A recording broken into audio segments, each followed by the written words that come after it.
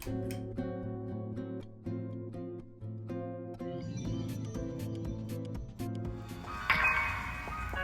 morning, Chicago. You're listening to Inspirational Perspective. I'm your host, Linal Harris, your very own life coach, right here on WBON 1690 AM, the talk of Chicago. Inspirational Perspective on your radio is all about murdering mediocrity and living the best life possible.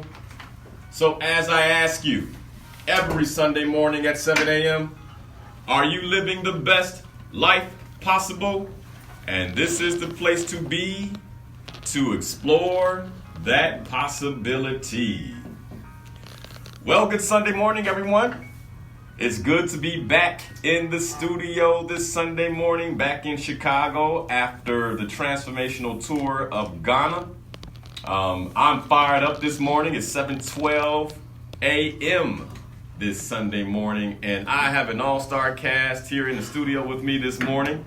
So just let me go around real quick and introduce everyone, and then you can share a little bit more about yourselves. But the first person I'm going to introduce this morning is someone you all know well. You hear her on the Midday Madness show. I got her up on Sunday morning, 7 a.m. Perry Small. Good morning, Perry. Good morning, Linal. It's so good to be with you today. And I just want to wish all of our veterans, especially Lieutenant Colonel Janice Jeffries, happy Veterans Day. Yes, happy Veterans Day. You know, Donald Trump didn't go to the armistice celebration because it was raining too hard. You know what that was all about? And from what I understand, President Obama did. Yeah, but you know what that was all about? His hair. Yeah, his wig was Yeah, I mean, or his wig would just, it would just expose all the wickedness. He needs a scarf.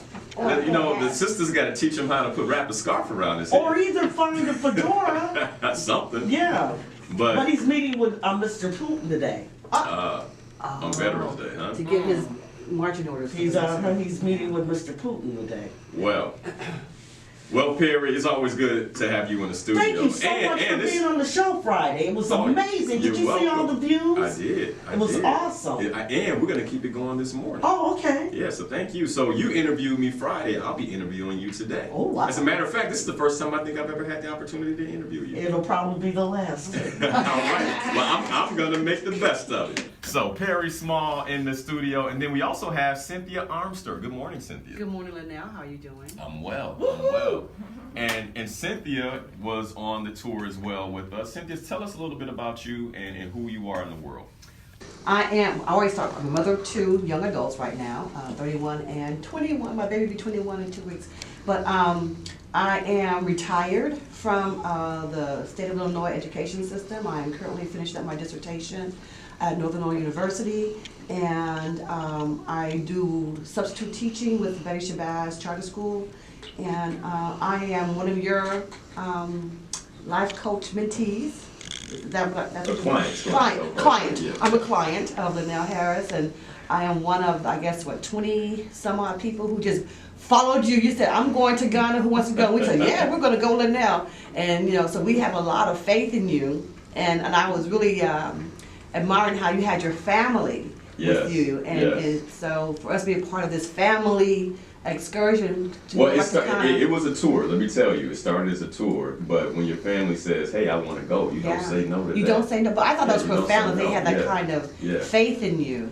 So we all had faith and Yeah. trust in you. We all went over to Ghana, and we had the opportunity to kind of retrace the footsteps of where our ancestors last were on the continent, and then were dispersed throughout the world, and then for us to be able to go back. And as we went through the Winneconne Castle with the dungeons, and to kind of get a sense of what they encountered and what they experienced, because we would never fully understand the depth of the depravity of what they experienced. But then to be able to stand, I know that I think it was the second or third day that we were there, before I went to bed that night, I just stood in the ocean on a beach shore there. And I just said, I made it back. So Cynthia, we're going to talk a lot about that. We're going to come back. So don't give it all away. We're going to come back. Yeah, we're going to come back to you. But we also have in the studio Miss Janice Jeffries. Good morning. Good morning. And actually, Lieutenant Colonel Janice Jeffries. Let me get that right. As a matter of fact, did you have a title change? Yes, battalion. retired.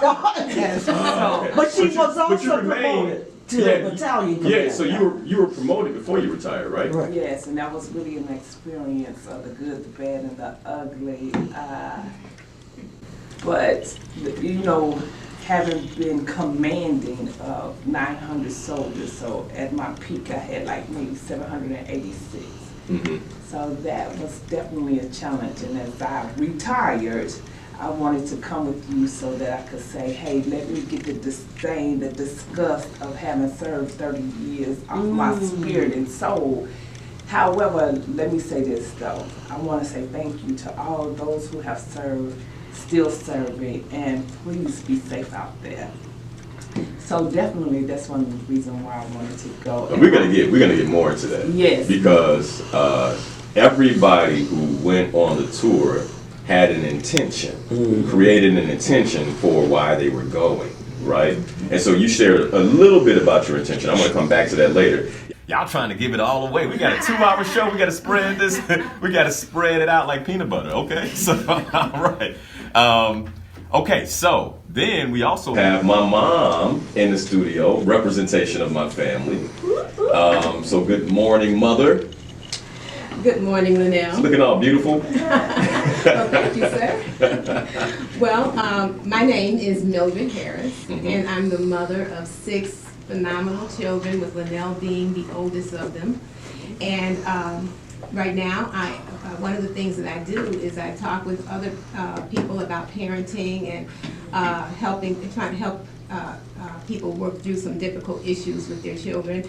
And God has blessed me to be able to have insight on that.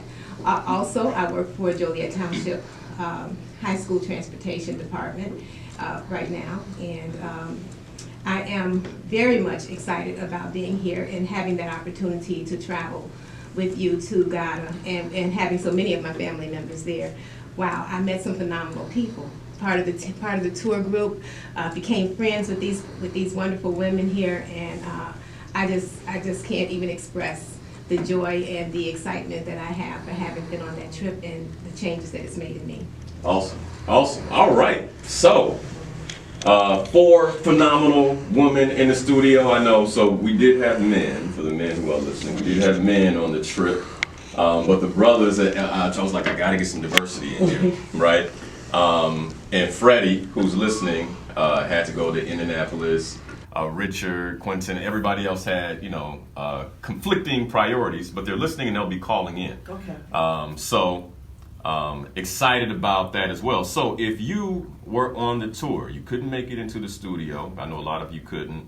But if you couldn't make it into the studio, and as we're sharing, something, you're like, oh yeah, I remember that, I want to share that, then by all means, give us a phone call, 773-591-1690. So I want to start here. For who was this the first time in Africa? Perry, I know you've been to Africa how many times now? This is my second time. Your second time, and the first time was? Senegal. Senegal, Right. Okay. How was this different from Senegal for you? Well, it was the most startling difference is the fact that Senegal was majority Muslim. Yeah. And then Ghana is white Jesus crazy. Yeah. And we talked about that a little bit Yes, Friday on we your talked show. about, but Christianity is very much a part of their everyday life. It seems like what I notice, that it is such a big part of their lives. It's not just Sundays, like we see here in the States. It's a hustle. It's a commitment to a faith. It's everything good and bad, just like here. Just like here. Good and bad. And the only thing that I noticed about how it's done is the fact that there's a white Jesus, and we talked about it on your show. Right. That 40 years ago, many of us were doing a lot of the same things. Right. Our grandmothers had that white Jesus. Had a white Jesus next in the to house. Bobby and John and Martin Luther King. Yeah. Or the Last Supper. Or the Last Everybody Supper. at the last, that picture, everybody was white. I was sharing how my grandmother, my mom's mother, had a picture of that Last Supper in her living room. And so we grew up, Right. seeing that image, right? And the impact, and by the way, anyone who's listening who's like, well, what's wrong with white Jesus? Well, the reason is because we're talking about the impact that it has on the psyche, especially the On the psyche, psyche, yes. of an African American or a black person. When you see that your deity, the God that you worship, or your Savior, is represented as something that he was not. Right. Because we all know that he was not a European. And you're on the app. I think why it struck me so much. I'm like, I'm on the African continent, and you're looking at people from all over Africa every day, and you bought into the fact that Jesus is white. Well, that's what you've been taught, right? And that's one of the things that we learned a lot about. As a matter of fact, at Kwame Nkrumah's mausoleum, where he really pushed and wrote about neocolonialism and the impact And its impact on it. and the impact that it's had on Africa. So it's not just, for a lot of us, we think, wow, we're the victims, and that black people across the world, or the African diaspora, has been unaffected. And in many ways, the African diaspora has been just as affected, or more, by this doctrine of black inferiority. And it's one of the reasons why we all need each other. Right. One of the reasons why we should be going there and doing what we're doing, because there's a certain level of healing and identity there for us. But at the same time, when we're there, there's an opportunity for us to share our knowledge. And like, discussion. hey, Right. why do you have that up? That's something that 4 decades ago we realized we should be doing, and we want to teach you why. So excellent. So Cynthia, was this your first time? No, I went to Nigeria back in 2005. Okay. I was in Lagos. Okay. So how was this different, being in Ghana, for you? Like, how was Ghana different from being in Lagos, or being in Accra different from being in Lagos, and then the tour of Ghana different for you? My purpose for being there, the purposes were different. Got it. My first trip was with a delegation. We went to an inauguration with the governor of Tinubu for Lagos. Okay. And so it was a very structured. We had 4-star, 5-star accommodations. We also had a military detail that it guarded us the whole time. And I thought that was kind of interesting. I said, if I need to have military with rifles to guard me, I'm not really safe after all. Right. But this was different because I was going for my own, purpose of a cultural identity, connect with the ancestors, really kind of retracing the steps, if you will. And so my whole mindset was different. Got it. Yeah. So how did it feel getting off the plane? It was hot, but It was Africa hot. I learned what Perry means when she says Africa hot. But it was a good hot because it's like it just kind of bathed my body. Every day I just wanted to just like lay out and just say thank you. Just absorb all the vitamin D I could while I was there, the African vitamin D. Yeah. But I really wasn't fazed by anything. I was just kind of taking it all in. Okay. It was nice to be on the continent. And I was in anticipation of what was to come. 'Cause I was waiting for that Sankofa experience, if you will. Got it. From the movie Sankofa, where the sister was going through the castle and she was. Yeah, that's not a popular. Not a lot of people know about that movie. Oh, okay. That's what I was looking for. Yeah. It just hit me like that. And Yeah. it didn't. Which I said, well, maybe I'm not connected, or maybe I'm not really as African as I think I am. But it wasn't until we went to Elmina, and I think there's only 3 of us that went to Elmina. So let's hold that. Let's Okay. hold that, because you had a very significant experience at Elmina that I want you to share later. Okay. Okay. All right. So Janice, since you're retired now, I'm not going to lead with lieutenant So I'm gonna colonel or since I'm battalion commander. retired, I'm gonna get like you. Oh, hey. So for those of you listening who can't see, by the way, we're broadcasting live on Facebook. So if you want to check this out, we're also broadcasting on Periscope. Okay. But she's taken off her jacket, and as she took off her jacket, she revealed a beautiful African dashiki. Love this. That is nice. Yeah. Where did you pick that up? Sammy and the crew. Okay. I had to custom out real good. So this was custom or no? No, I don't think this was custom, but it was hand sewn. So yes. Okay. I really like this one. All right. I've been to Egypt, Okay. and I think, they don't really identify as African. Not at all. Not at all. Scary. Yeah. Well, there's a reason for that. And I know you're gonna break it down for us, but Now, when I went there, though, I must admit they did treat me like a queen for the most part. You know, Okay. because they're constantly saying, "Oh, you could be from Egypt," and I don't really think so. But Just as a compliment, right? Did you? So have you gotten your DNA results back? yeah, but you know, on my maternal side, I'm Indian. That's Native right, American, Native American. not of the continent. Right, So right. definitely. What percentage? Oh no, this is her maternal On my linkage. maternal, so I'm gonna have my brother, so that's gonna be the discussion when they come home for Thanksgiving. They're gonna have to get it. So Okay. we can kind of see what our father is saying. But I don't know why. So real quick, let me give the audience some context Okay. why I asked that, okay? So everyone who went on the tour, everybody who went on the tour had, so part of what the tour price includes is the DNA results from African ancestry, okay? And the idea is that these, your DNA results help you in terms of your identity as you go on this experience, this transformational tour.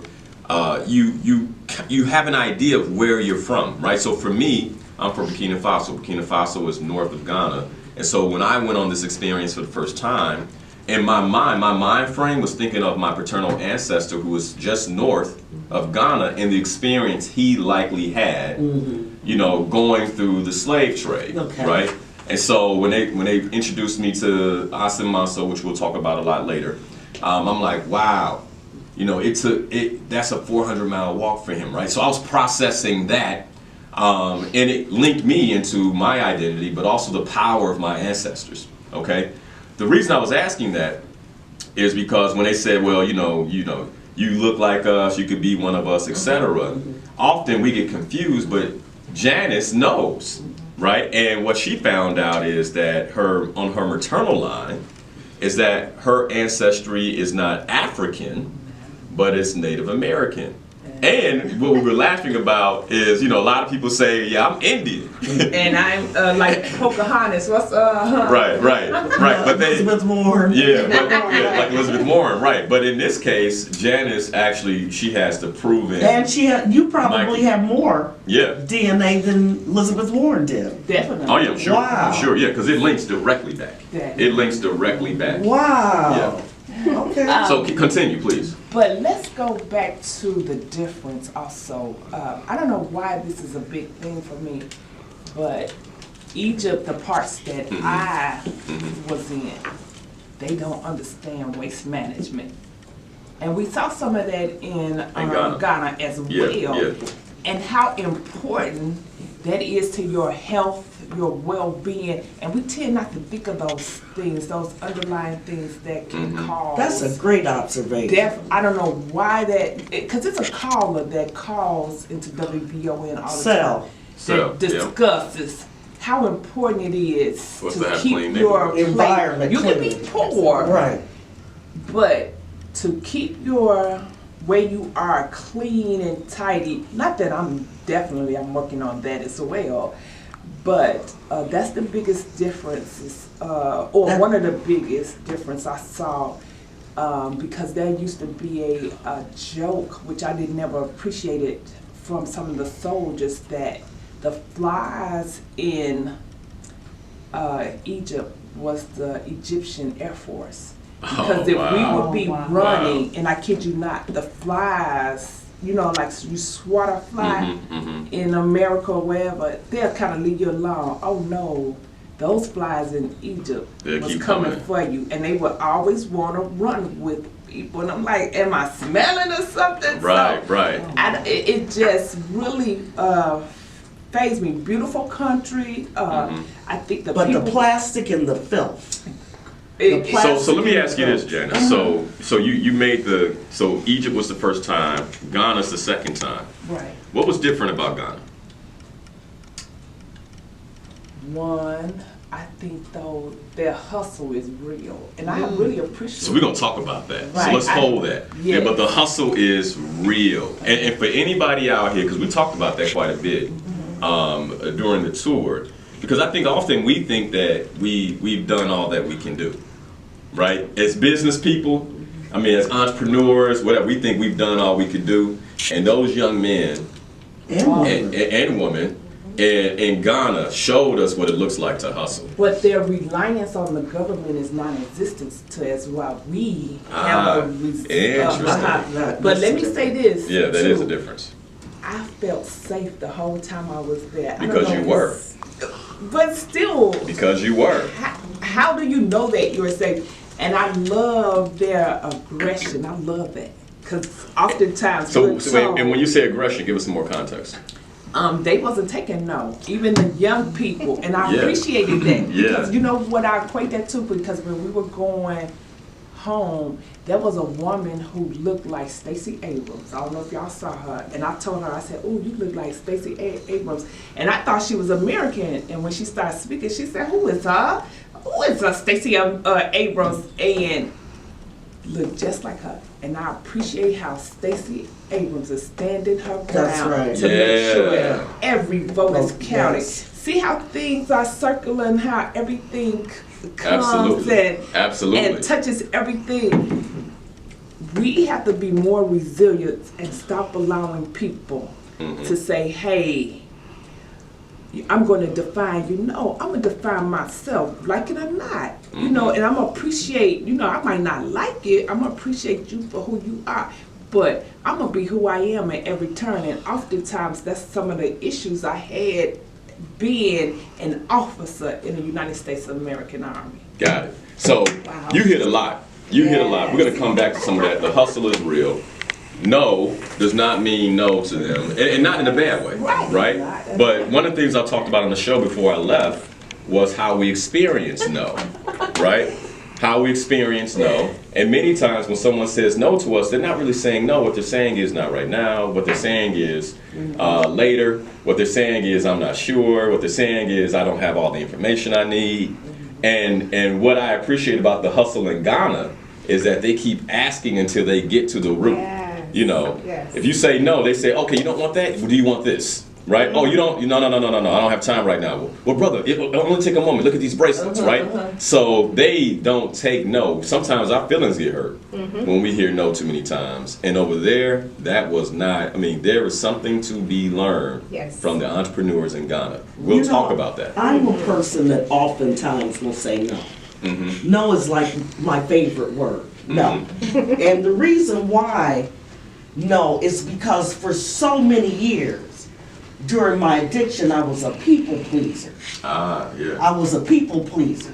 And so it was so easy to say yes, but when I say no, I mean no.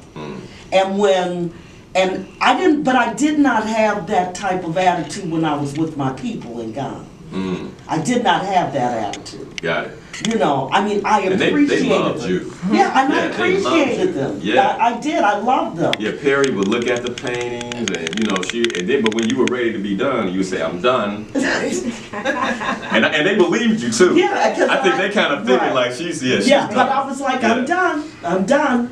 They said, "Well, you said you." I said, "No, I didn't. I never said that." But anyway, I bought some art and stuff, but just Janice having that conversation has just changed me so much with this trip to Ghana. You know, it was intentional. I saw you there. I mean, other people there that I saw people look like my grandparents. Yeah. You know, I saw people there that looked like, aunts and uncles. They might have been a little lighter, but they looked just like them. And it just was a connection. And when we were coming back, and we were in the Ghanaian airport, to see nothing but black people was the most awesome experience ever. It was so awesome. And then I'd see a smattering of an Asian or an Arab or a white guy. I said, "Now, welcome to our world." Yeah, because that's the experience we have. That's the experience we have every day. Yeah, that's true. But the thing about it that disturbs me, because I'm still trying to process this. And so yes, we have the country where we are the majority, and so they have the Asians and the Europeans. But they got the money, and I have not been able to reconcile. So we're going to talk more about that too. So we're going to come back to that. So, Mom. Or Mildred for the audience. This is my mom, and she was in Ghana. So this was your first time in Africa? Yes, it was. What was that like? Wow. When we landed, all I could think when we landed, all I could think of is that I'm finally here. You know, is that this is for real. It's not a dream. I'm actually here on this continent. And so that was pretty exciting. And as Perry was saying, we walked out the airport. Everybody that was in authority, everybody that had some instructions to give, were all black. Yeah. Yeah. I mean, the customs officers and the security guards and just everybody. Ticket agents. Yeah, ticket You agents. talked about something you saw when we first got into the country. Tell us a little bit about that. The flight that we came down on was serviced by majority white people, and whatever country they're from, but they didn't look like us. Right. And when they got off the airplane and came down through the customs area, and they tried to go right into the airport, there was a guard there that wanted to see their credentials, and evidently they did not have what they were supposed to have. Being flight attendants coming there on a regular basis, they have a protocol, and they didn't meet it. And he had at least 15 or 20 people standing over in a corner waiting. And so one lady, I guess she felt that she had what it took to make it happen for them. She walked up to him and started talking with authority and telling him all that he needed to do for them. And he says, "Excuse me, you know the protocol. Stand over there, please." And it was no question. Yeah. I stopped and looked, and I said, "Woo, no privilege here."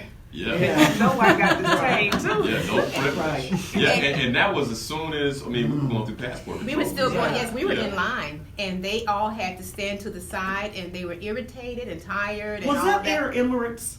No, it was no, KLM. KLM. Oh, okay, KLM. because I saw a similar situation with Air Emirates employees who were very entitled.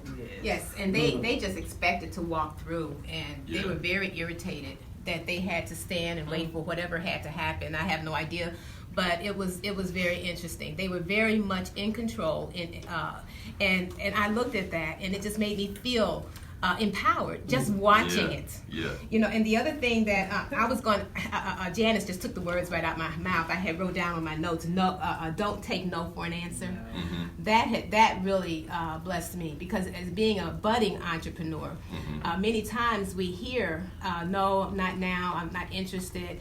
And these people, they have such a hustle. They do not.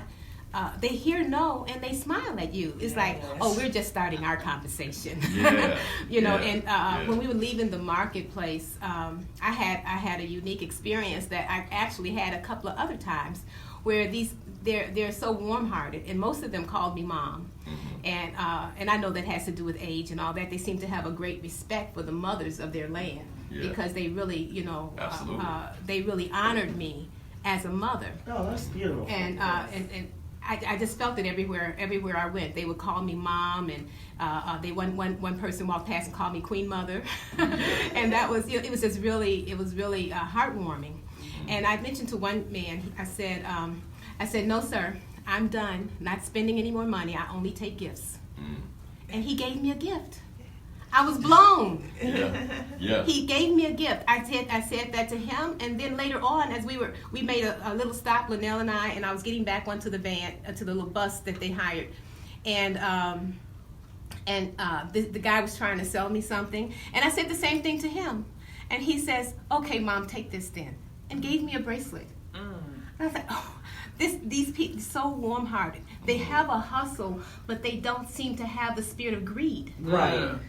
And that's unique for Right. them to want to make money so bad, but they're not greedy about it. Yeah. And so I really was blessed by that. The few little gifts that I got, and the fact that they're such warm-hearted people. One young man told me, he says, "You know, you are a part of us. You're from here.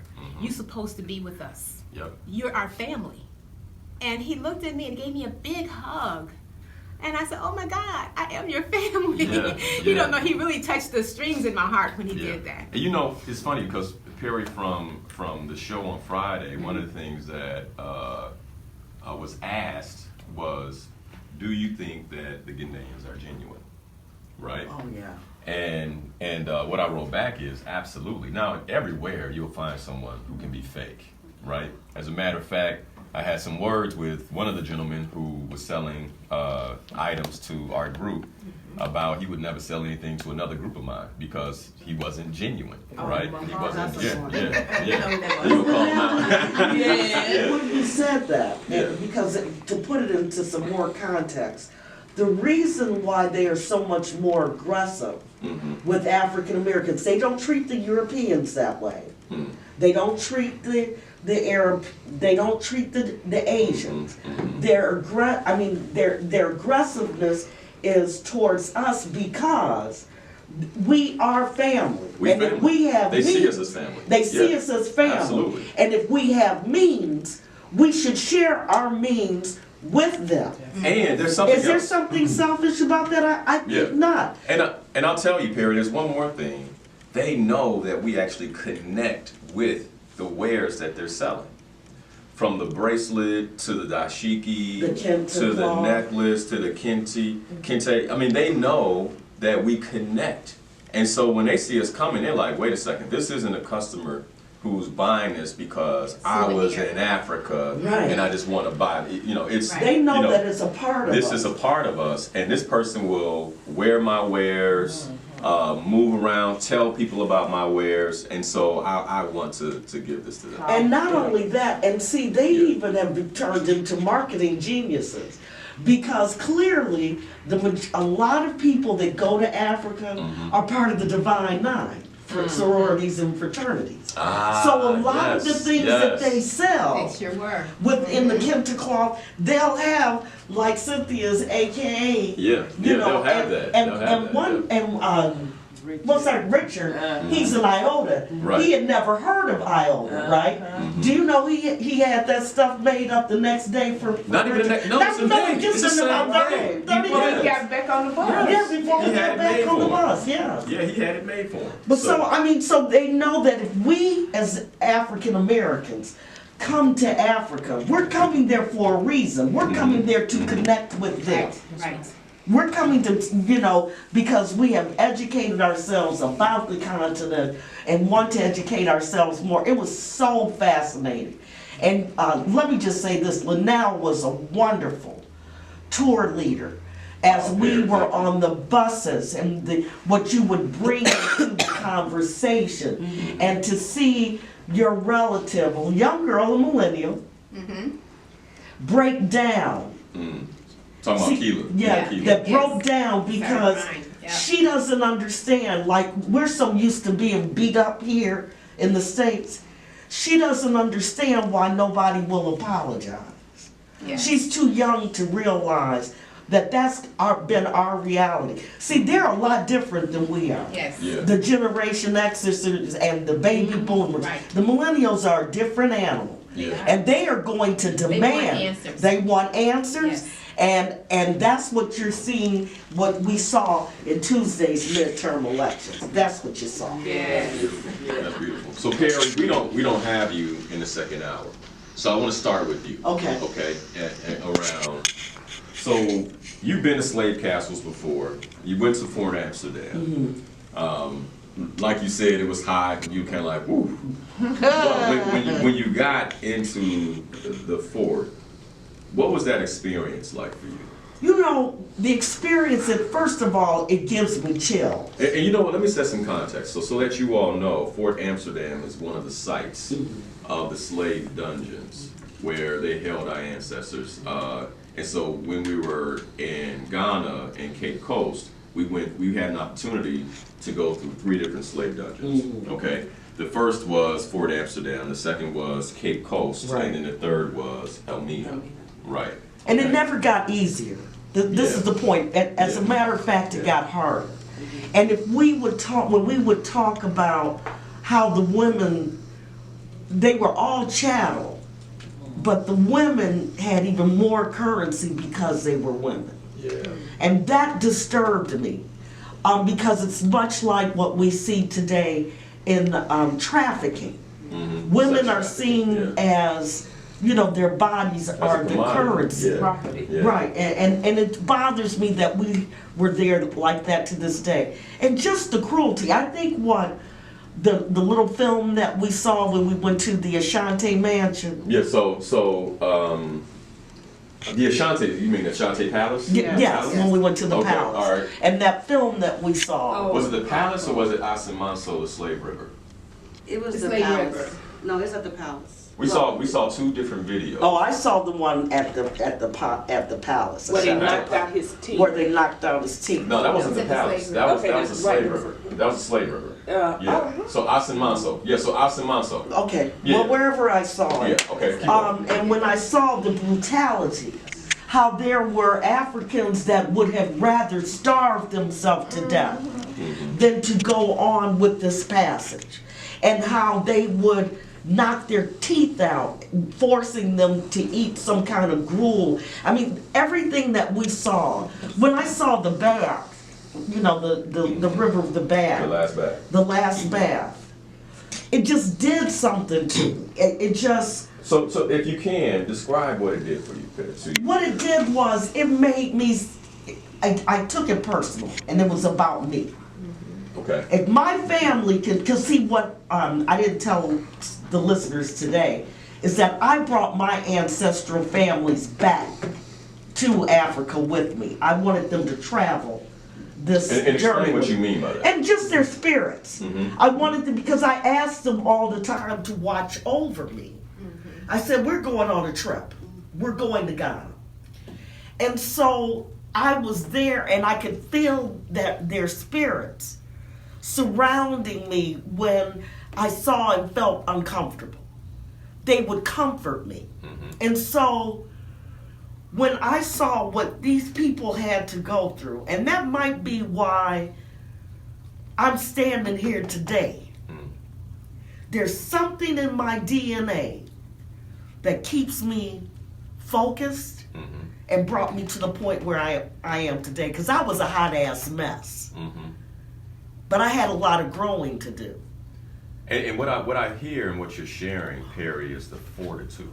Yes. The mental fortitude, the spiritual fortitude. So for you as an addict, for you to transform into the person that you are now, Right. that took a great deal of fortitude. It took everything. And so what I'm hearing you say is that when what you experienced in Ghana linked you to that fortitude. It did. You got present to where you pulled that strength. That where I pulled that strength from. Wow.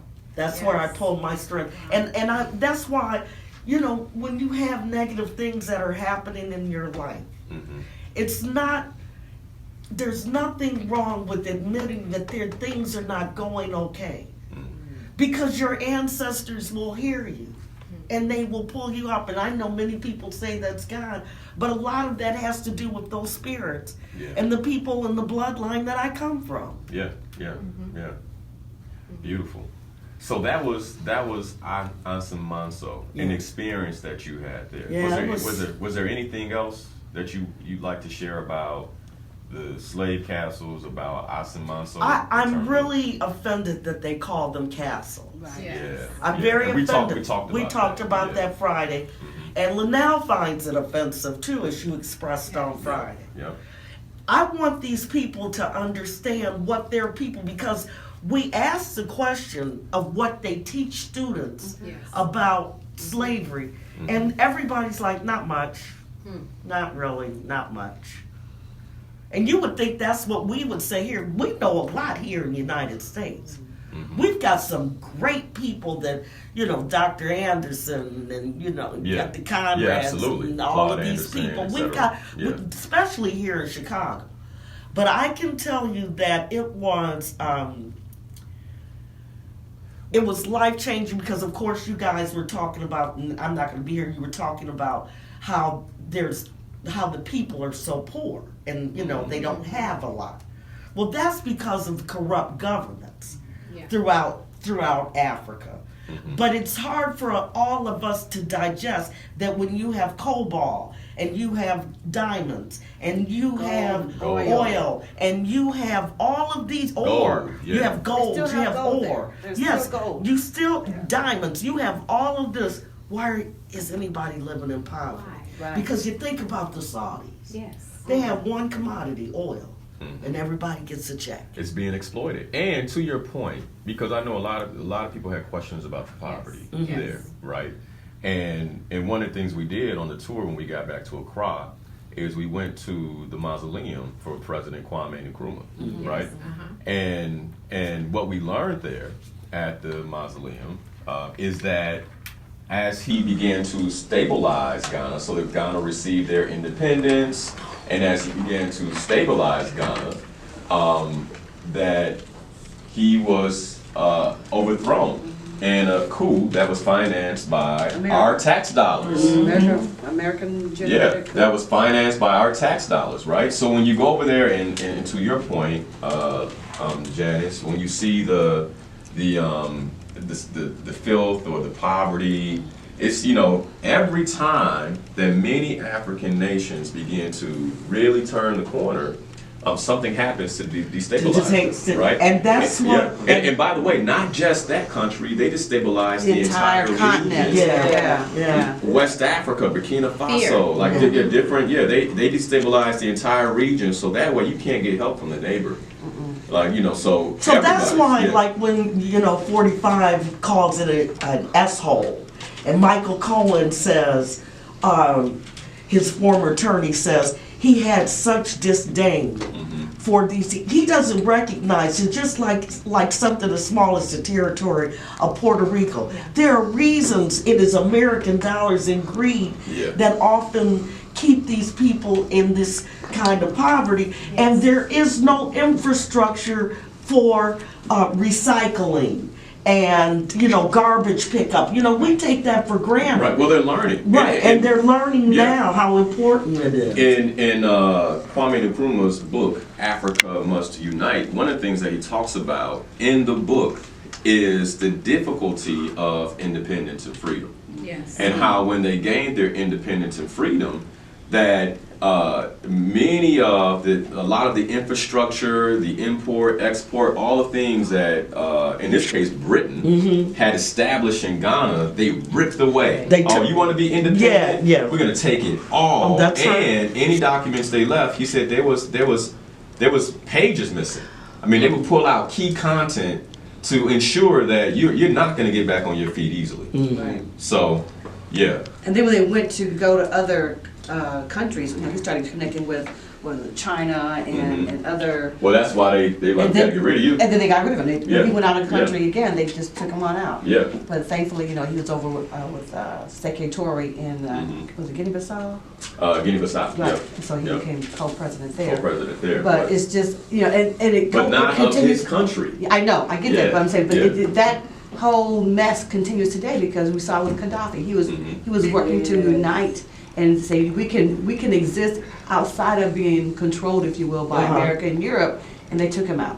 Yeah. And it's just like, no matter what, every time the efforts are made to advance and to unite as a continent, and with all the resources of the world are right there on the continent, they make sure they destabilize us. Yeah. Because despite it all, they're still, I think, very happy in who they are. And if I've learned nothing else in my 30 years of being in the military, I thought the emotion of hate was the strongest, but I think jealousy is even stronger. So Wow. think about that. Yeah. Think about that. I mean, the different hues that we possess.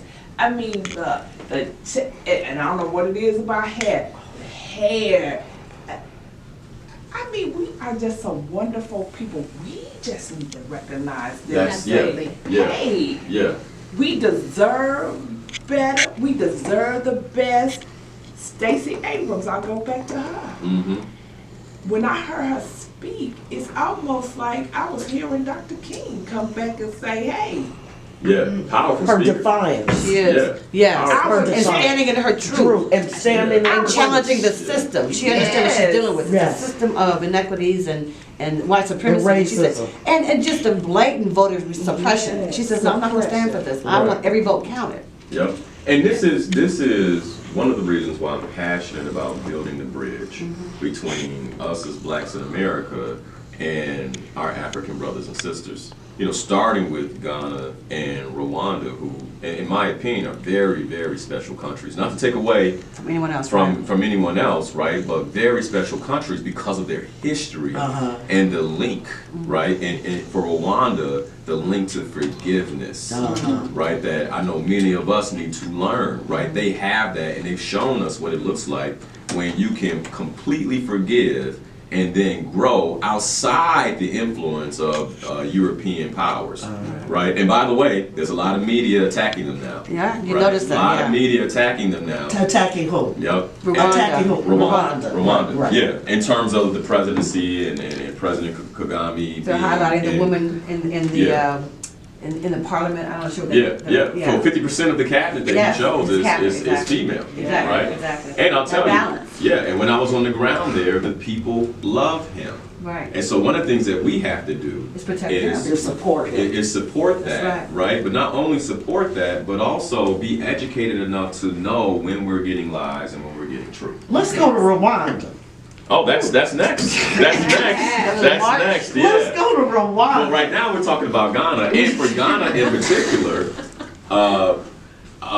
the majority of the slave trade was concentrated right there in that part of West Africa, right? So in terms of our history, in terms of our identity, Ghana holds that for us. Let's start there. I love that. Yeah. That was profound to me to hear that, like you said, the concentration of a lot of the slave dungeons. I'm trying to stop saying castles, but the dungeons. Yes, the dungeons. Over 100, I think that over 136 slave dungeons were along the coastline of Ghana. Yep. So thus our trek, if you will, back to Ghana being where they connect to the continent. I think they said there's 36 of them still exist, or in the restoration stages. So that was the beginning. Yep. And then you say, okay, where can I make the biggest impact on this continent? How can I make the biggest impact? Who can I connect with? What needs to be done? And so that's kind of where I am right now in my head. Like, what needs to be done so we can make this kind of connection? All right, we're coming up to the top of the hour. When we come back, I'll be asking the other ladies in the studio about their experience in those slave dungeons, at the slave river, what took place for them. We're also going to be talking about transformation because from what I understand, everybody came back just a little different or a lot different. You'll be hearing from them. Perry Small, thank you so much for coming to the studio. No, thank you for this transformational tour. Yeah. And I'm just going to say, everybody, if you have an opportunity to make this journey, make it with Linal, and it is just incredible. I call it a pilgrimage. I know if you're Muslim, you have to go to the Mecca at some point. And so I think when people ask me about my trip to Ghana, I say it was my pilgrimage. It's a pilgrimage. I had to go home. Absolutely a pilgrimage. Yes. All right. Well, we'll be right back. If you're interested in the trip, you can go to murdermediocrity.com to learn more. We'll be right back after these messages. You've been listening to an Inspirational Perspective with Linal Harris, your very own life coach, right here on WBON 1690 AM, the talk of Chicago. All right, we're back.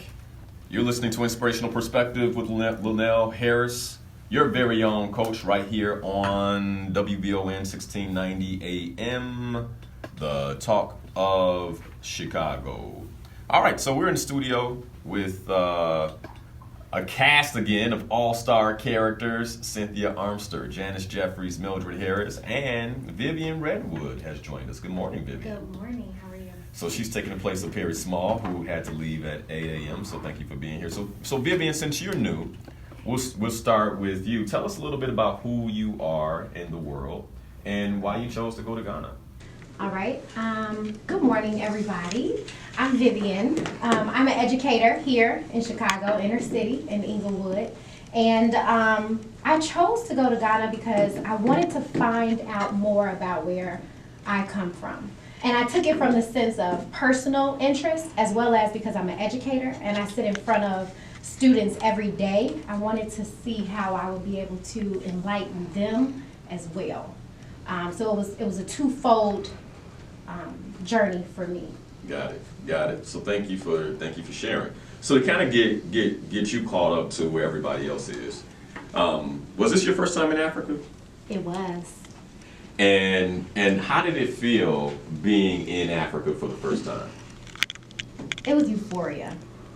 It was an awesome experience. It was like, yes, I made it home. I remember when the plane started to land and my sister Pam was like, we're home. Yes. We made it. Yes, You know. yes. So there was a sense of excitement of getting off the plane and seeing what will my experience be? What's gonna happen? Yes. What's new that I will learn? Yes, yes. And for you, so you did the African ancestry DNA as well. So where's your maternal line from? My maternal line is from Cameroon. Cameroon. Okay. Several different tribes connected inside of Cameroon. Okay. Hence the Fulani braids. No. Right. 'Cause one of the tribes is Fulani. One of the tribes, yes. Yeah. Now, did you know that when you got the braids? I didn't. But see, our spirits were connected. So I was on, I had already decided I'm going to get these braids for the trip. And then when the certificate came in, I was like, yes. Nice. I got Fulani braids, Yes. and I'm actually from a Fulani tribe. Yes. How about that? That's awesome. Okay, so Well, let's go back to the hair piece. Because I did get a lot of, oh, that's beautiful, but they were looking at me like, where's your wig? You know, because quite a few of the young ladies had their weave and wigs, and I was like, it wouldn't be me in this heat. So I just thought that was kind of interesting. And so when we were leaving, and I went to the bathroom, some of the young ladies was like, again, looking at me. And so we started laughing. I said, because they had weave at the airport, because I think they're trying to assimilate. absolutely. That's what absolutely. It's based on what they see on TV. Because I know when I went to Nigeria in 2005, back then everyone had perms. And I'm like, why are they frying their heads? And then now to go to Ghana in 2018, they're doing the whole weave thing. And I said, it's amazing the impact that the imagery has. Imagery. Absolutely. Yes, that's why that white Jesus is so God. because of this imagery. To embrace their natural beauty, through natural hair, whether it be the twist, the locks. But this again is why the bridge is so important for us, right? Because as African American and blacks in America, our eyes are coming open. We're stepping into our power. We're stepping into our in many ways our heritage. Then when we go home and we see our African brothers and sisters doing what we used to do, we're like, whoa, wait. And this is one of the reasons why it's so important that we begin to build those bridges. And to give context to the listeners, Janice, you have your haircut's like mine. Definitely. Yeah. And I love it. And despite the politics of it all, I can't say that President Obama did all that I would have expected him to do. But think about that imagery. Michelle Obama, South Side of Chicago. Right. When people ask Powerful where you imagery. from, I say I'm from Chicago. South Side, me and Michelle be hanging out. And I just don't think we realize how strong imagery plays a part in our everyday lives. So it's really important. So let's talk about the experience in the slave dungeons. Perry shared a little bit of hers, and I want to get that from you all, because that is one of the critical pieces of the tour, one of the important parts of the tour. And we have a lot of, by the way, we have a lot of fun, don't we, y'all? Yes. Yeah, we do. We do have a lot of fun. But the tour is not just about fun, it's about enlightenment, right? And so I'll start with you, Vivian.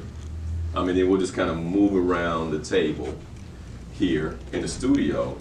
But, so you visited, if I'm not mistaken, Fort Amsterdam, and then you had the opportunity to see Cape Coast, correct? Yes. All right. Tell us about that experience. Well, the experience was, it was definitely one of a kind. And being there and having the men to narrate exactly what we were seeing and what actually happened, it made me visualize, like trying to imagine, what if this were me? Like this space, this dungeon, how would I have survived? How were my ancestors able to survive?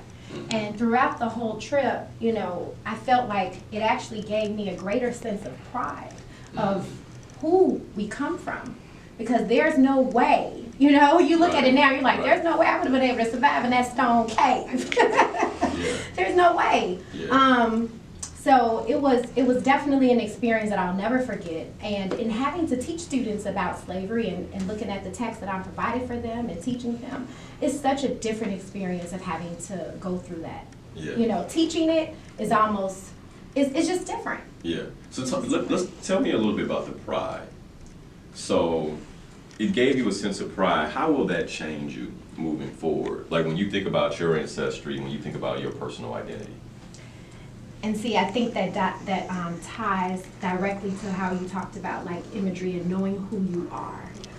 And that's why I kept thinking about my students as well as myself in this. Again, this is dual, so everything has to be about me and my students. 'Cause that's my purpose, is education. Right. You're a teacher. Yeah. I'm a teacher. And so with that being said, I just feel like in teaching, I hear my students often, they may say things that have to do with, you know, if I say talk a certain way. Oh, Right. you talk white. You know, or I may tell them, you know, we need to do this a certain way. The standard is excellence. I need you all to be at a level 0, which is quite whatever the case may be. And they're like, oh, you want us to act like white kids. You know, so some of the things that they say, I can tell that their self-image is so messed up, you know, and it gets me all riled up, and then I have to have this teachable moment, and it's coming from anger, but it's also coming from them. I'm wanting them to know that they're so much more than what they see for themselves. And so this trip was just so enlightening because I got back and I'm sharing, you know, like what my experience was and what I learned, and I'm wanting them to see more for themselves. You know, like your history does not start with the history books with slavery. Right. Your history starts all the way back to the continent of Africa. You come from greatness, you know, so like just trying to use my experience to boost their self-confidence and who they are. And then also taking that, and for me, setting higher expectations for myself for them. You know, with the resources that we have, because I love CPS.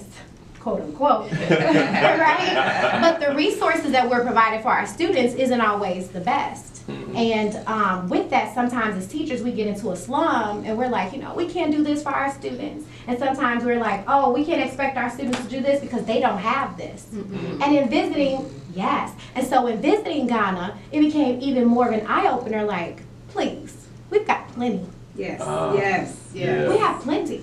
absolutely. And so we can't, you know, hold our students to a lower expectation. No, we have to hold them to a higher expectation with the resources that we have, and building their image of themselves and providing them with the self-confidence and the relationships, you know, the mentorship, blah, blah, blah, blah. You know, so that whole experience for me when I came back was just like, okay, I got to get in the trenches and really work with my students. And even, you know, mentoring other teachers, you know, that Would you say that this would be, I mean, this tour of Ghana would be beneficial for any teacher, especially black teachers? Inner city teachers, Yeah. it would definitely.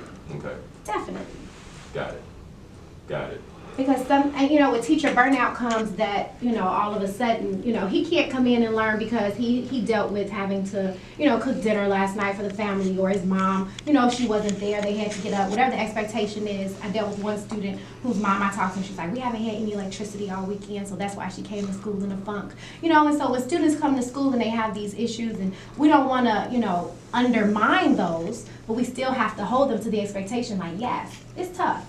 It's a struggle, but you're here to learn. And so how can we give that balance of building relationships and still holding them to the expectation of greatness?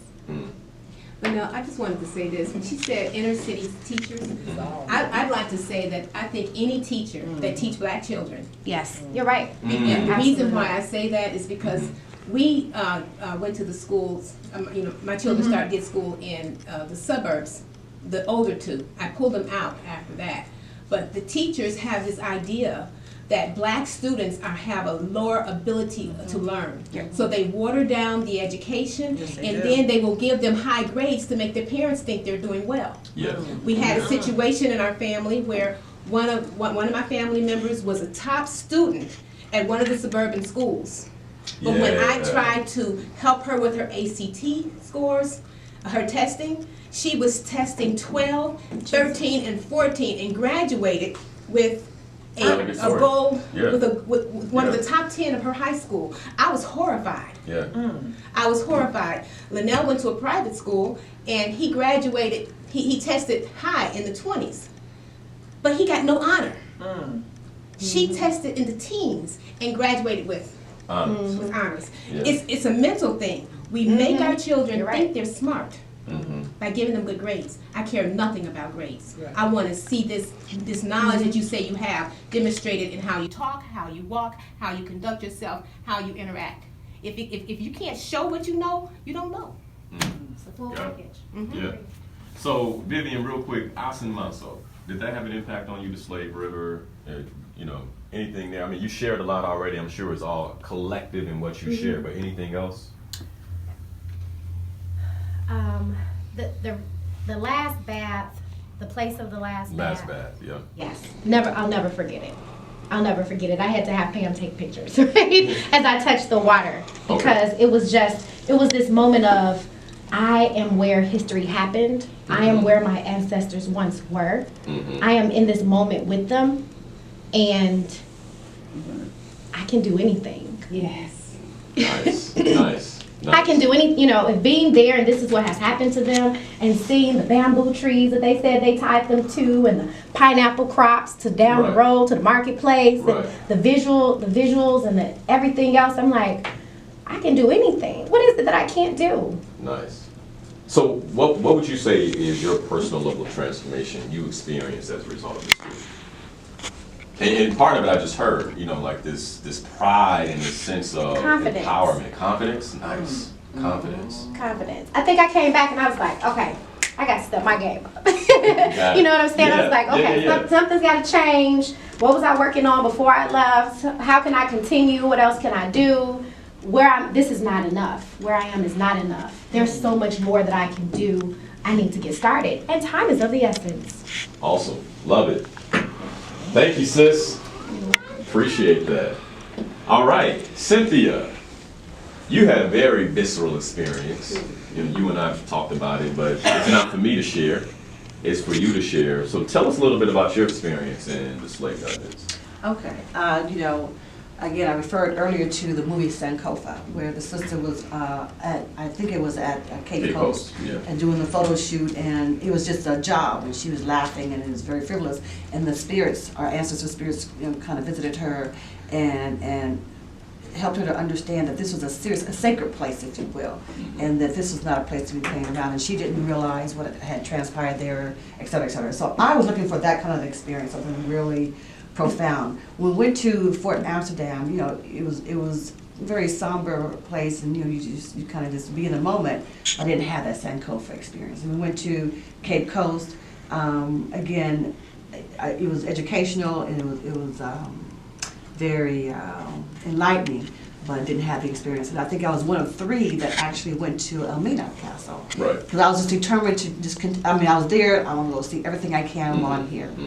And as we approached the place, I won't say castle, but the dungeon. The dungeon. It was one of the largest on the continent. I didn't know that. It's 4 stories high. And it was very ominous, actually. And then right above the entry of the door is the shield. I guess at first it was owned by the Portuguese and the Swedes, and then went down through many hands, which is kind of enlightening too. I didn't know this. I said the Swedes were involved, and the so-and-so. I didn't know that. And then just passed on. And so right above the door was the shield, some coat of arms. And so I took a picture of that. It's interesting. Just gonna label this place a castle with a coat of arms. But as I was going through the door, it was like something just kind of hit me. And I felt like I wanted to cry, like, okay, y'all with me, thank you. And so it's like my eyes opened, and so as a tour guide who was very patient, because my one question I kept asking was, what were y'all told about us? Did y'all miss us at all? Do you know we were gone? And he addressed my question before I even asked it. And I was like, okay, then another time I just want to have tears in my eyes, like, oh my God. And so it's like the ancestors just kind of, as we were walking through, and he was very expressive and really went into detail, they were saying, look over here, look over there. They just kind of guided my eyes in different parts of the whole castle, and the dungeon. And then on the second floor of Elmina is where they kept the women. And they have multiple rooms on that floor. But above the second floor is where they have like a terrace or a balcony, whatever. And that's where the general, the admiral, whoever, the man that was over the dungeons, he would be able to look down, he and his people, his minions, if you will, would be able to look down and choose the woman they wanted. And because then they showed us another room where there were stairs that went up to the third floor at that point. And there's also the fourth floor. And so I was like, so the women were just there as commodities, truly just commodities, and for them to just choose who they wanted to do what they want with. And then those who resisted, they showed where there was like a ball and chain in the middle of the courtyard area where they would just lock them down, you know, and you would just sit there, and everyone would be able to watch you, and they would essentially let them expire because they chose to resist the being selected by. When you say expired, to die. Die. So they would they would leave them out in the sun. Yeah, to starve to starve and to dehydrate. Dehydrate. All of your bodily functions are right there. And of course, women, you have your urinating, defecating, and have your menstruation, everything right there. In the rooms. So it served as. It sounds like that served as a visual image of fear. Right. So if I'm a woman and I want to withhold myself, if I want to have control of who I am and be true to who I am, you cannot, or else you're going to die. So or you I'm have gonna to die choose. like that. You're going to survive and submit, or you're going to die like that.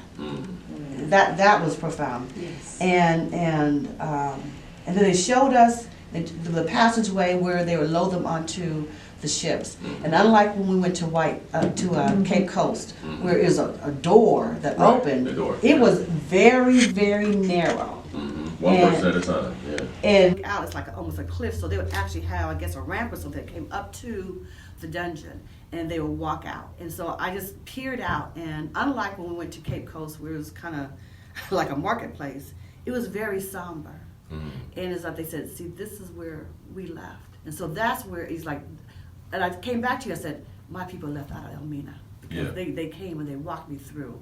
And let me tell you all, the look that Cynthia had in her eyes. So when she got back to the hotel, and she said, Linal, my people were at Elmina. And the look she had in her eyes, I was like, okay. Right. Yeah. Okay. And you didn't know yet. I did not know. You hadn't received your DNA exactly results yet. My results on your paternal side. When I returned Sunday, so Monday I got my mail. And matter of fact, let me just say this, because this is the power of a spiritual experience. Your maternal line is from Sierra Leone, so the Mende people of Sierra Leone, which more than likely would have gone out of slave dungeons in Senegal and other places that are a little further northwest, right?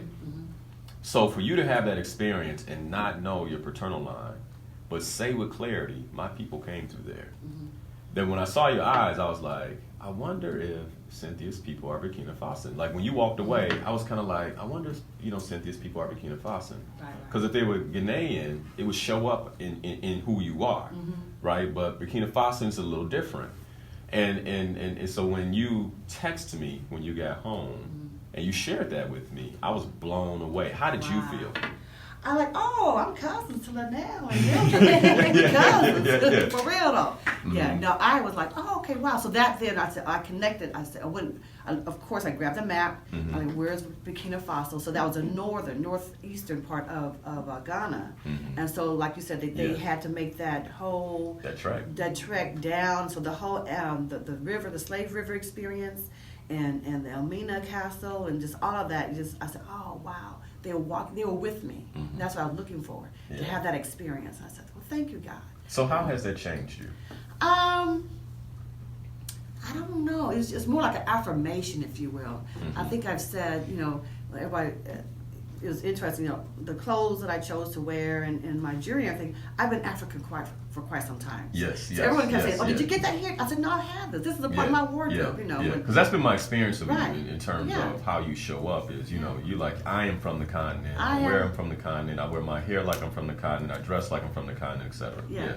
For years, I've done that, decades even. And so, and I like to joke that when we had the Black Panther show, I dressed all my girls. I said, here, don't buy anything. Here are all my clothes. My closet, huh? Exactly. Just get your stuff and let's go. Okay. And so it was no big deal for me. I have my clothes. And so when I shopped for other people while I was there. Great prices, but I have all jewelry and clothes. I have all of that. But it was more affirmation. You know, you're saying that you're educated, Vivian, and so I do substitute teaching at Betty Shabazz International at Barbara Sizemore, actually. And so the first day when we got there with Brother Awuku, and he says, this is my first time going to say, may I have your attention. He said, going to say, I'll go, and you say, I may. I'm like, that's what we do in our school. Yeah. And I was like, how affirming is that? So I went back, this past week, and I was like, yes, this is what we do in Ghana. Yeah, we're Right. And so it's just reflecting what I've lived. It's been my truth, if you will. And the fact that with the children, we teach that they're from Africa. Everything in the school is African, and on Monday they wear their chikis and whatnot. And I love with the young girls when I wear my clothes. I love to be able to work somewhere where I can just wear my clothes, not have to wear the European clothes. Yes. And so they say, oh, Miss Armstrong, we like your dress, or we like your earrings, and they want to touch everything, I love that. Oh, we like your hair. And I'm like, it's an affirmation of who they are. And so when I went to the trip, it was an affirmation in that respect. Got it. The first night, of course, I was like, oh, you look like you've been here before. You've been here before, and I said, I'm from here. I'm just I declared I am from here. That's who I am. But we were talking during the break. Mama Mildred was saying when she was somewhere they call her a Queen Mother, and I had that experience in the marketplace, and in the midst of all that madness that goes on in the marketplace, which is a wonderful madness, if you will. Yes. You're negotiating, but I heard someone say Queen Mother, Queen Mother. And I kind of always identify with that nomenclature, if you will. And I turned, and the sister locked eyes with me. She says, welcome home. I'm like, oh, now that chilled me again. I said, wow. What was that experience like? That was, it was, all I can keep saying is very affirming.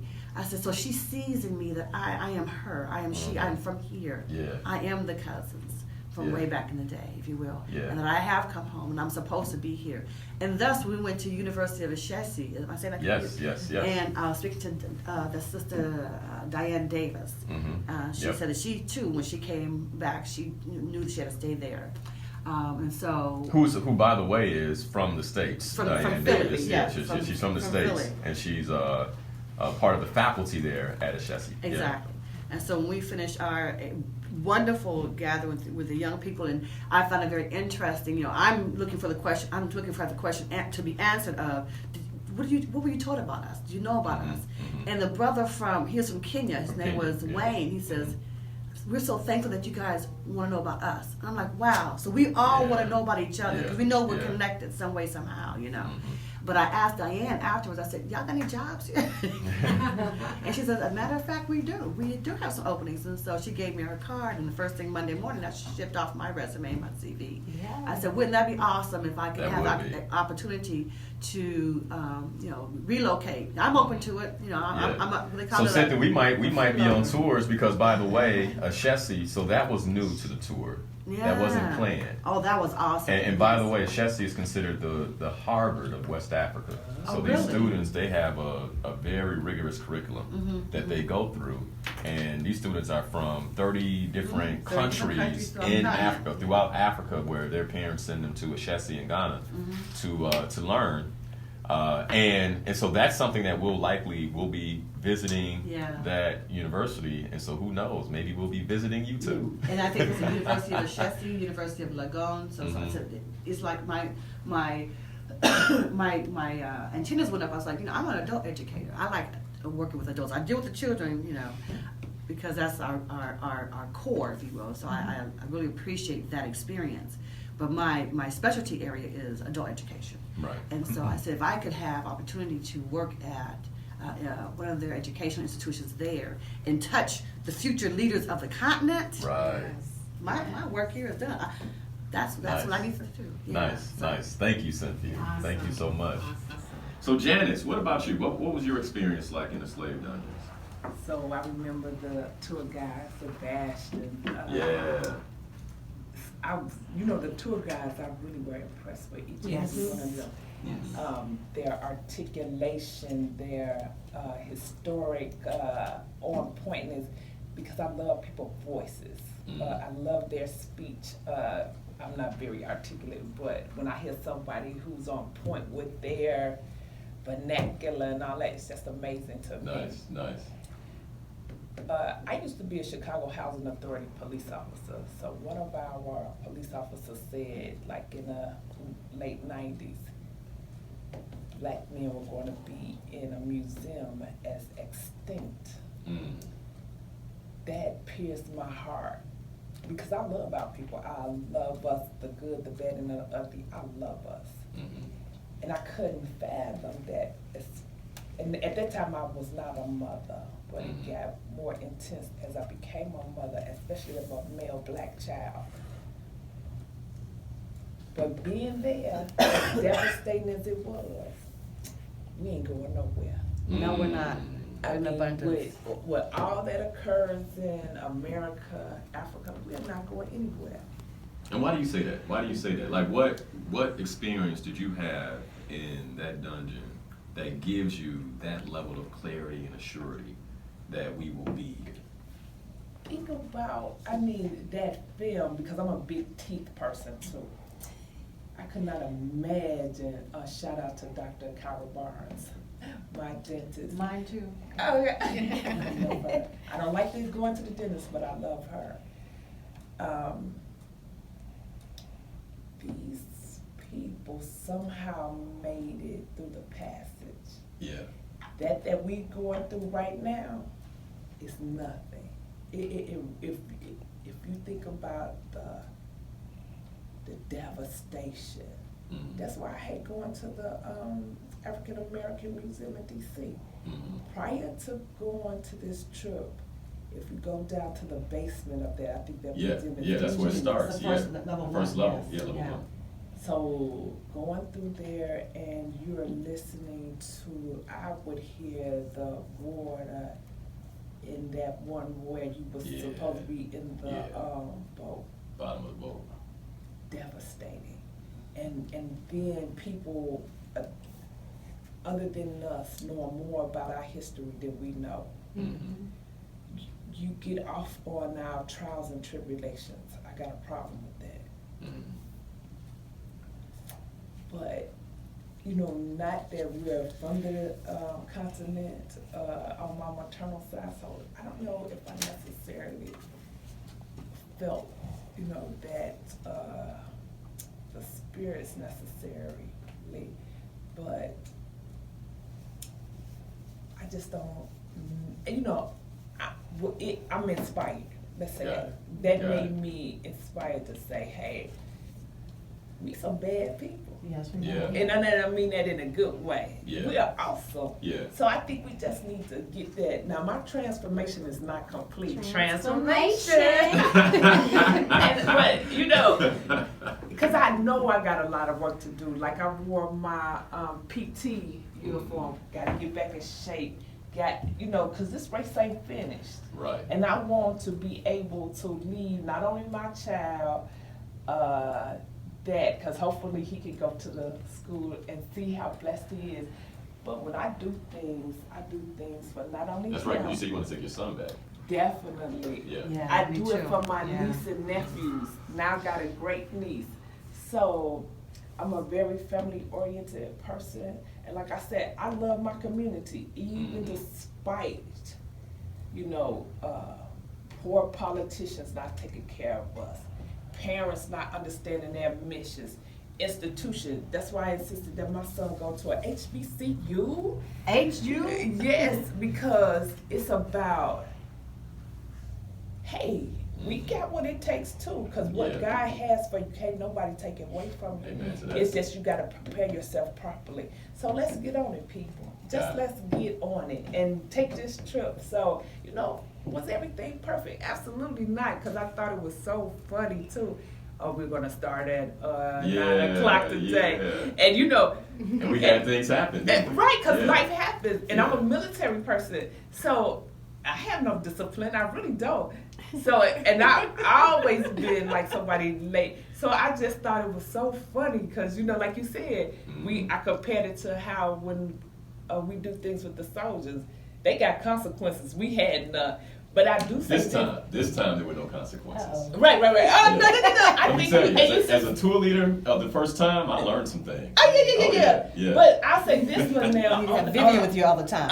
Okay, you got 4 minutes, trip. 3 minutes, countdown, Yeah. come on now. But on a real trip, though, I think when you pay your money, you do what makes you happy with that, without causing any issues with Everybody other else. people. That's right. But enjoy.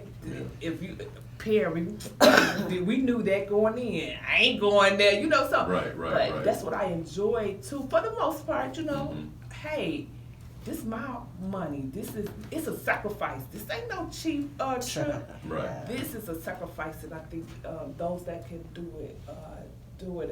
And only one regret that I truly have is when we travel. It tends to be the 3 generations: my mom, myself, and my son. And I don't know how well she would have handled it, but I think that would have made this even more awesome for me had she been. Had your mom. Who says they don't know what they talking about we Indian. Is that what she said? She said, well, I ain't gonna, well, she said, I said, hey, Mom, they said we're not from the continent, because she didn't really want to know, because it's definitely some European in my family, because she said she could possibly find KKK members, you know, which is possible. Which is possible for all of us. Yeah. Definitely. Not Yeah, on my slave side. masters. And Not on my side. none of your side. know Got none that. down. Okay. To None. know that and like even like how Ben Affleck got all upset because he found out. Come on, dude. But That he had his people were slave owners. yeah. Right. Yeah. So she So, yeah. said, I said, hey, they said we're Indian. She said, they don't know what the shit they talking about. But that's my mom. Yeah, and the important part is if you get your paternal side, then you'll see the link to Definitely. Africa. So that has to be had to been a blessing to have your mom. Oh, yeah. Absolutely. Absolutely. And let me just say, I really admire that Mama Mildred was there, and I had the opportunity to have the chance to bond with you. But as the Colonel was saying, in my estimation, I was there and I was bringing my family with me, because my father was just so excited about the fact that you know, he took the time to do the test for me, because I need to get the patrilineal side. And so he was very excited and trying to find out, did you get the results? Did you get the results? And he, the week leading up to our departure, he was calling, and he was almost teary-eyed because he was doing the FaceTime, or he did the Marco Polo, you know. And so when I got back, he was one of the first people I called to let him know I'm back. And he said, oh, my baby's back. How was it, you know? And I said, I represented. I said, I stood in the waters. We were at the Coconut Beach Resort after that wonderful dinner you sponsored for us. Thank you so much for that. I went down to the beach, the lake shore, or the ocean shore, if you will. And I stood as far as I could in the water. And I just kept saying, I made it back. I made it back. Yeah. And then tears were streaming down my face.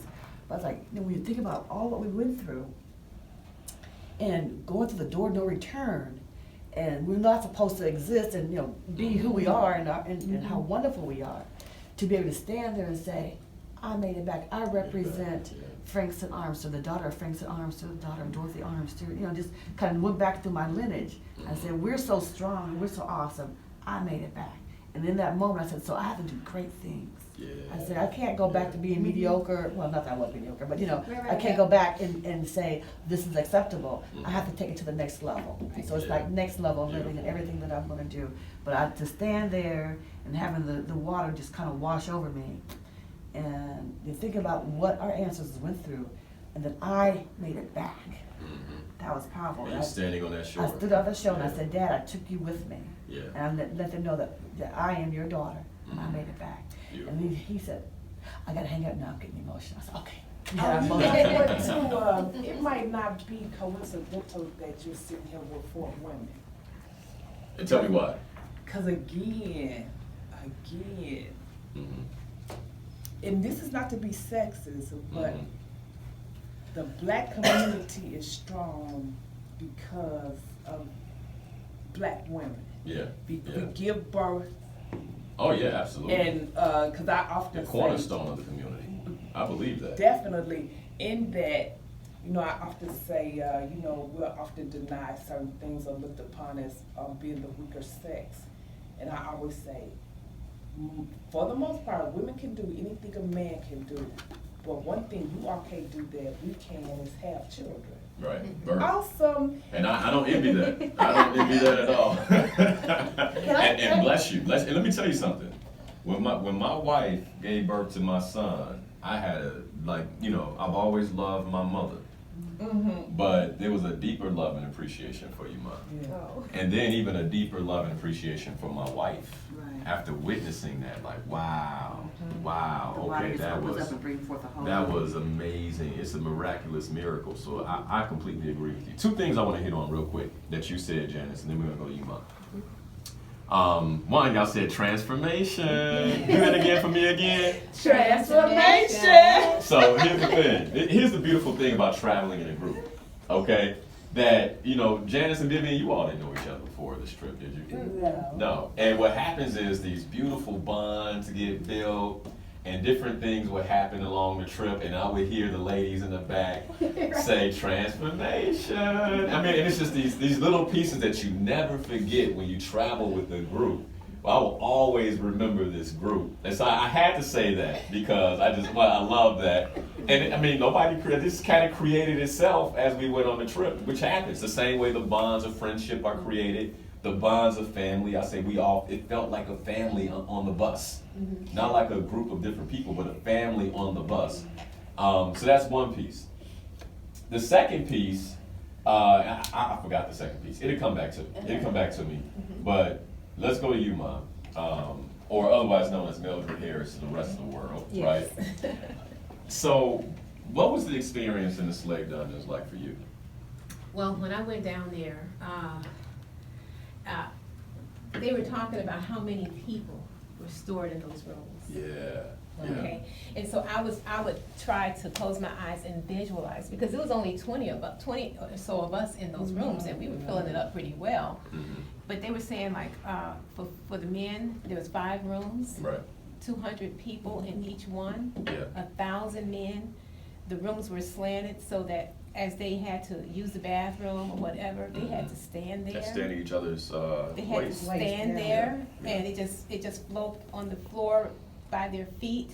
They had to eat in the same room that they eliminated in. Mm-hmm. And then and by the way, no hand sanitizer, no water, so when I'm a very visual person, so I have to kind of see it in my mind.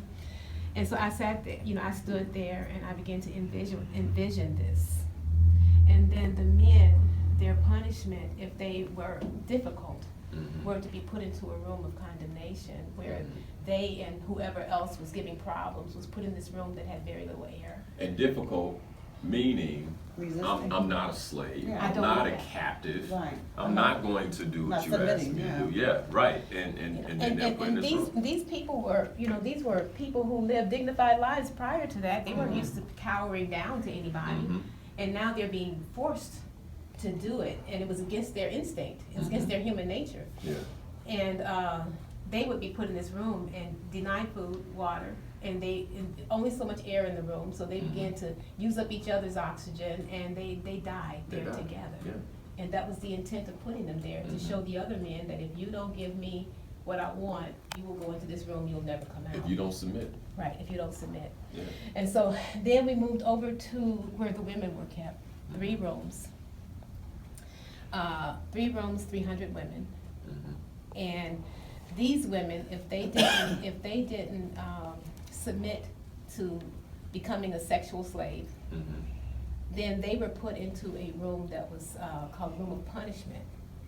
And they were denied, and they were given less food. They didn't necessarily kill them, but they punished them. Yeah. To make them an example to the other women. Yeah. And what touched my heart is that the option that they had was if you get pregnant by by these guards, mm-hmm. whatever you want to call them, because it was explained to us that these people were called captives mm-hmm. when they were in Africa, mm-hmm. right. and they weren't slaves until they were transported. Right. So if you were captive and you didn't submit yourself to your captors, mm-hmm. Then you're punished. But if you chose to become their sex slave, their sex slave, and got pregnant, you could move out of the castle and go into a house in the village, and your children would be educated and be taught how to be people who ran the castle, who ran the slave castle. That's right. And so I began to think about those women, how you're put in a position where your personal integrity, your personal dignity, your chastity, and your self-worth is laid on the line for survival.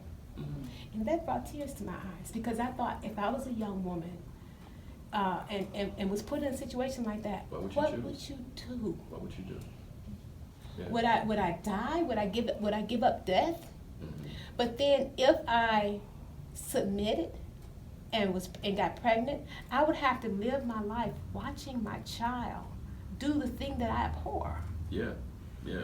I would, could you imagine how those women who actually submitted, the low self-esteem and the shame that they had to bear when they saw their sisters being beat, they saw their sisters being transported, and you got this life because you gave in? I mean, I just could imagine in my life the mental anguish and the torture of seeing their children being educated only for the purpose to perpetuate the awful situation that they escaped from just by getting pregnant.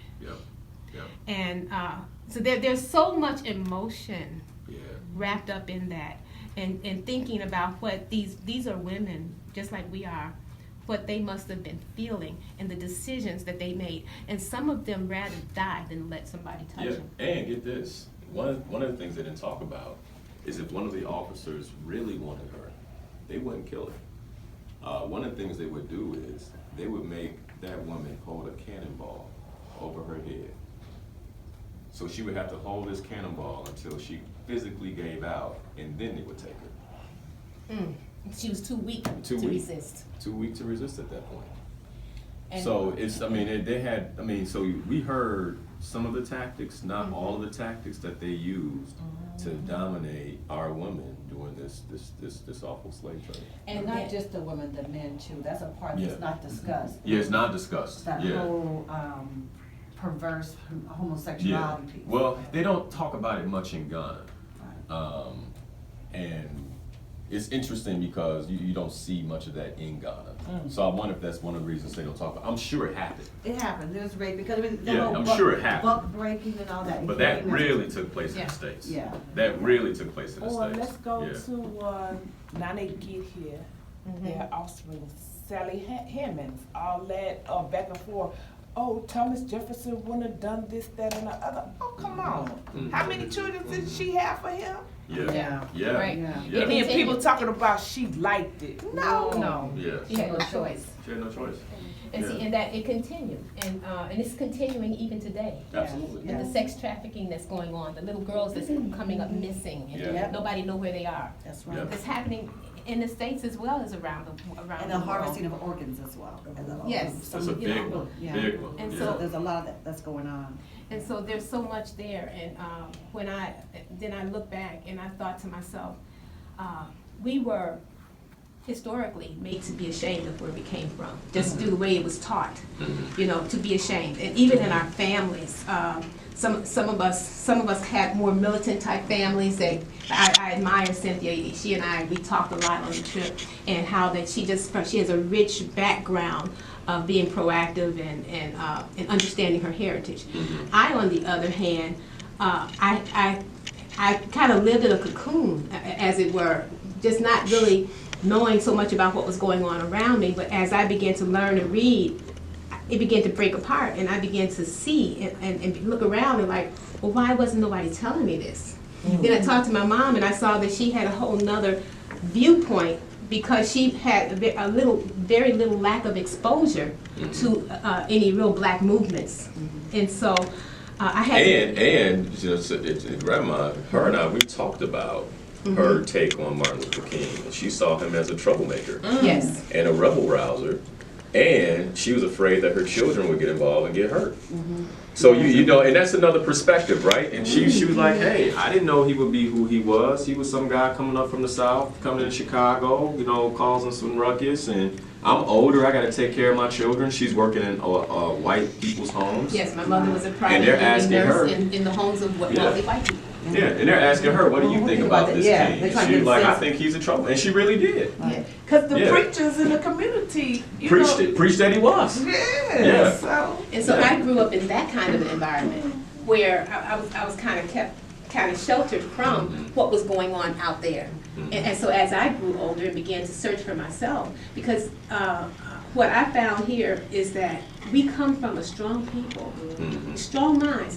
Any other community, any other people, they would have lost their minds. They wouldn't have had slaves. They would have had a bunch of crazy folks. Yeah, crazy folks and dead folks. Nobody else can understand survive that. Nobody else can survive But that. for the mental fortitude that our people had, and that's been passed down to us. And I'm just Yes. I'm so grateful that I can look back Yeah. and not feel shame. And the one thing that I've learned is that people think of you what you think of yourself. Yes. Absolutely. And so I'm really Yes, learning yes.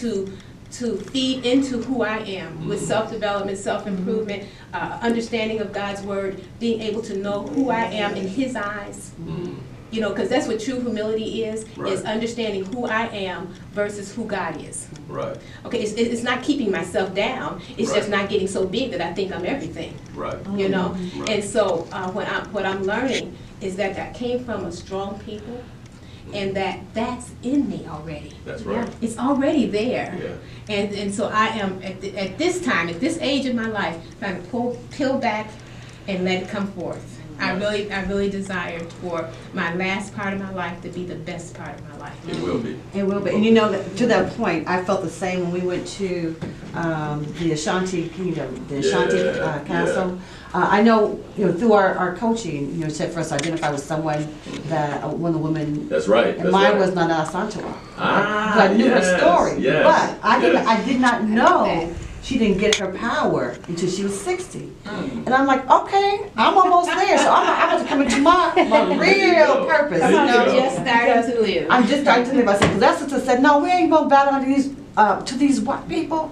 We're going to stay. You bring us the king, then we give you the throne. But she knew Yep. that they had already disposed of the king. Yep. And so she's the one that made the other Ashanti warriors who were kind of considering abdicating the power. She said, no, we're not giving up anything. And she's the one that led the Ashantis to fight Yep. the British to the very end. And To the then, very end. and then I thought it's not funny, but I said, their only way of really taking her out was to put her on the other side of the continent, in the Seychelles Islands. That's Yep. where she Yeah, they saw died. it. That's solid. Yeah. And I'm like, this sister said, no, we're not going down like this. If y'all don't have a backbone, we're going to stand up. The sister's getting ready to rock this. And by the way, that's kind of how I looked these at are that. the kind of things that you learn on the tour. Right. So, Yeah. so real quick, we only got 4 minutes left. I want to get a quick closing statement from you all, but I want to make sure the listeners understand something. That the tour of Ghana is, we go into Accra. We go to, the first thing we do is we go to the slave dungeons, and then after we go to the slave dungeons, we have a rest. And then after the rest, we go to, the rest includes some recreation, and then we go to Ansamanso, where you experience more at the Slave River. After we go to Ansamanso, we go north into Kumasi. Because this is not just about slavery, it's about history. It's about identity. And that's what this is about, really getting us reconnected to ourselves. And that's what I'm hearing from you all. All of you all have gotten reconnected to who you are from a very powerful place. And so I'm full because I'm thankful that the intention I have for creating a tour has served itself in each and every one of you. So before we go, real quick, if you've been listening, you're captivated.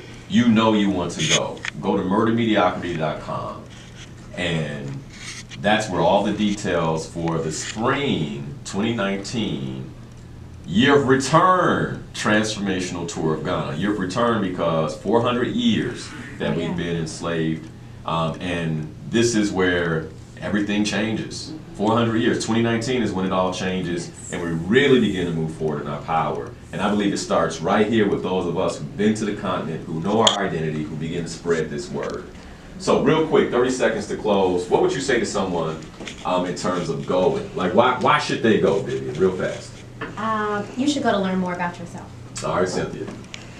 Be affirmed in who you are and your identity, and to be able to make some kind of a contribution in the sense of economics to the people there. Awesome, Janice. My transformation is not complete, and if you want to start that transformation, you got to go back and touch that water, that land. That's beautiful. Mother? I'd like to say going there helps you to learn more about yourself, and loving who you are is not disliking other people. Yes. It's understanding where you are in the big scheme of things, and that's what I'm really getting from this. Awesome. Well, you've been listening to Inspirational Perspective. My name is Linal Harris. My purpose on the planet is to transform people to live the best life possible. That is the reason I created this tour. That is the reason I show up every Sunday morning to do what it is that I do. That is my purpose on the planet, to help people live the best life.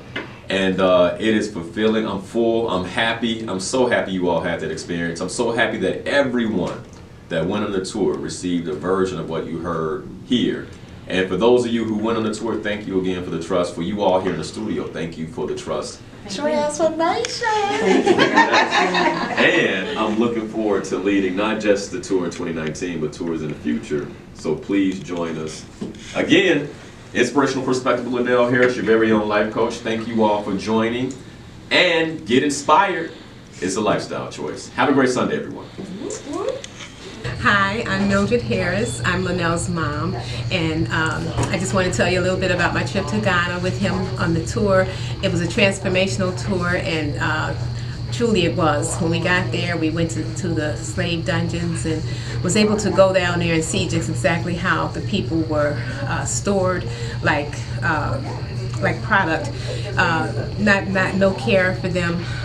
Just watching what happened and seeing what happened, it really touched my heart and helped me to realize I came from a very strong people, and that coming back here, we have no excuses. We have no excuses for our discomfort or anything. We can move forward in a powerful way. And I'm thankful for having gone on that trip. It changed my perspective. I learned a lot about our history, true history. A lot of things I didn't know when I was here being educated. I never learned. But even at my age, I'm learning so many new things, and it's empowering me in a way that I look to be transformed continually. Hi, My name is Vivian Redwood, and I'm an educator in Chicago. I went on the tour to Ghana, and it was life-changing. It definitely was an opportunity for me to learn more, not just about myself, but about my heritage. I learned a lot of history on where I come from, and then I learned more about where I'm moving forward to. I would definitely advocate for anyone who's looking for change, who's looking for a transformation, to take the tour to Ghana. It's life-changing.